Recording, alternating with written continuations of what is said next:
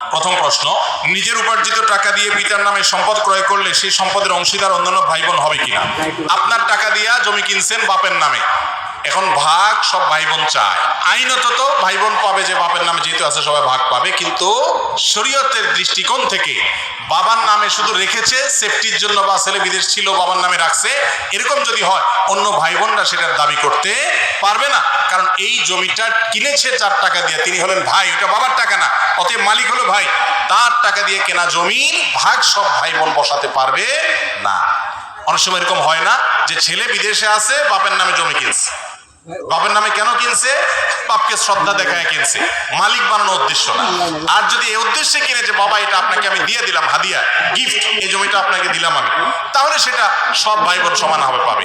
আর যদি বাপের নামে কিনছি, মানে আপনার কাছে রাখলাম, এটা আপনার নামে রাখলাম শুধুমাত্র আমার জমি, তাহলে সেটা ভাই বোন দাবি করতে পারবে না।